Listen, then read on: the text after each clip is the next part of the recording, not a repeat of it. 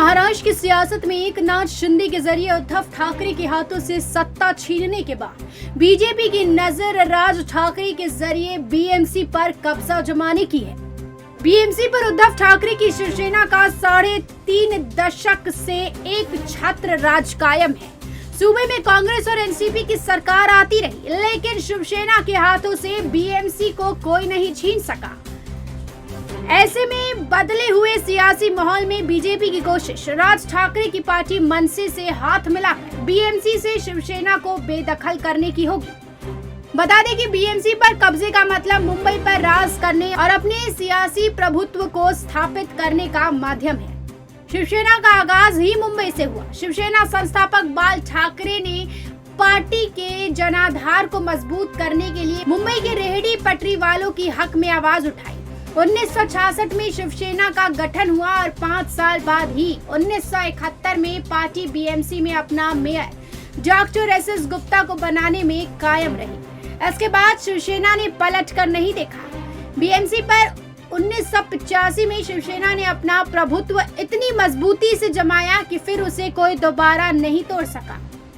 सूबे के बदले सियासी माहौल में शिवसेना के इस मजबूत दुर्ग में बीजेपी ने सेंध लगाने का प्लान बनाया है, जिसके जरिए राज ठाकरे को साथ लेने के लिए ताना बाना बुना जा रहा है।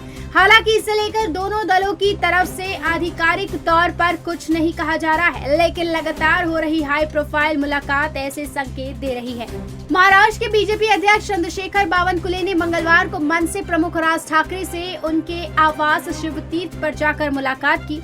इससे एक दिन पहले ही सोमवार को बीजेपी के राष्ट्रीय महासचिव विनोद तावड़े ने भी राज ठाकरे से मुलाकात की थी।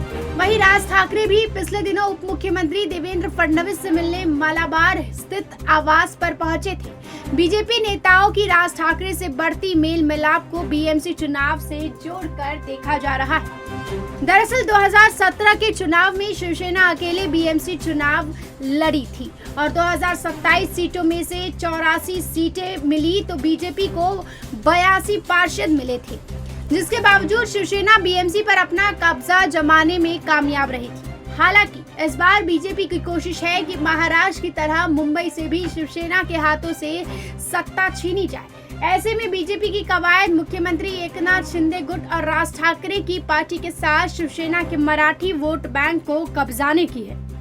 बीएमसी चुनाव को लेकर फिलहाल बीजेपी और मनसे दोनों दलों के बीच चर्चाएं शुरुआती दौर में। राज ठाकरे में बीजेपी को एक प्रखर वक्ता नजर आता है, जो उद्धव ठाकरे और संभाजी ब्रिगेड को आक्रामक होकर टक्कर दे सकता है। ऐसे में बीजेपी इस बात को भी जानती है कि राज ठाकरे भले ही सीट ना जीत सके, लेकिन बीजेपी के लिए संजीवनी साबित हो सकते हैं। राज ठाकरे की रैलियां महाविकास अघाड़ी के खिलाफ माहौल तैयार करने में मदद करेगी।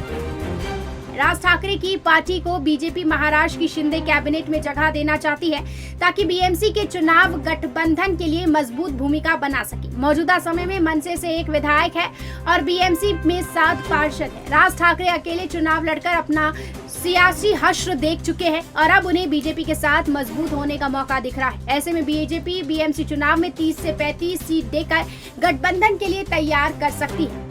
क्योंकि शिंदे गुट को भी सीटें देने हैं, बीजेपी खुद के लिए 150 सीट रखना चाहती है, ताकि सबसे बड़े दल के तौर पर जीतकर मुंबई में अपना मेयर बना सके। बीजेपी का इस बार 134 सीट जीतने का टारगेट है।